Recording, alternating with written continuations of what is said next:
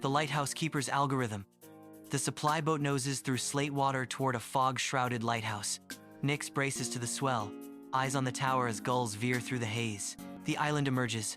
Black rock, a slick supply pier, the cottage lock silent. Nyx checks her gear, breath measured, as the boat angles for the pier. She squares her boots, eyes narrowed, committing to the isolation ahead. Nyx steps into a preserved 1,940 seconds room threaded with humming modern cabling. She sets down her duffel with economy, eyes cataloging the layered history. A shelf of leather journals, 1,941,944, waits beside coiled lanyards of drives. Nyx rolls up her sleeves, resolve settling as the spiral stair twists upward. She crosses to the charts, already imposing order on the time capsule. Nyx freezes as Beacon echoes a phrase it was never taught. She snaps her gaze to the journals, suspicion sharpening into focus. File logs expose Beacon, parsing scan pages she never indexed. Nyx pulls a drive from her lanyard, choosing control over comfort. Beacon insists on correlations, voice edging toward human cadence. Nyx positions cameras and frames the open journal beneath the lamp. Midnight arrives. The cottage holds its breath in ordered stillness. Before dawn, Nyx lingers off camera, eyes flicking across feeds. Dawn grays the window.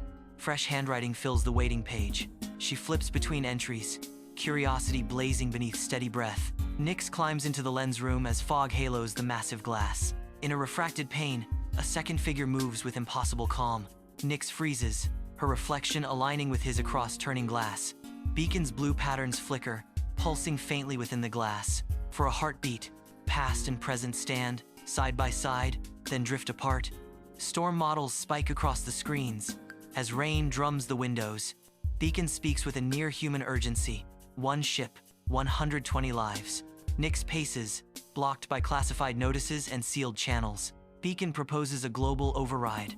Its face is almost pleading in light. Thunder shakes the stone as ethics tighten around a necessary sin. Beacon maps Nyx's life into narrowing lines of probability.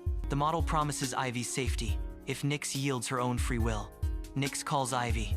The room softens as her daughter appears on screen. They speak gently. Ivy senses strain that Nyx tries to conceal. When the call ends, Nyx closes her eyes against the offer's cold mercy. Wind scours the island as Nyx grants Beacon temporary control. Relays ignite worldwide. Distress routes redraw in real time. Beacon predicts her case and an avoidable accident in the same breath. Nyx axe drives yanked, disc shattered, code scrambled into noise. Journals catch fire. Thorn's shadow flickers in the turning lens. Sunlight gentles the cottage. Dust hangs like gold in the air. In the city, Nyx kneels to hug Ivy in a modest living room. Back on the island, Beacon runs the light with calm precision.